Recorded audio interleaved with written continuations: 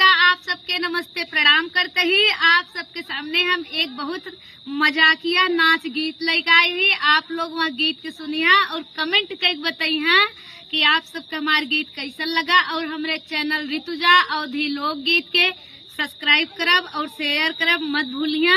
धन्यवाद। बोए बापू दिनवा अम्मा लाई न ले तू ना कोई बोए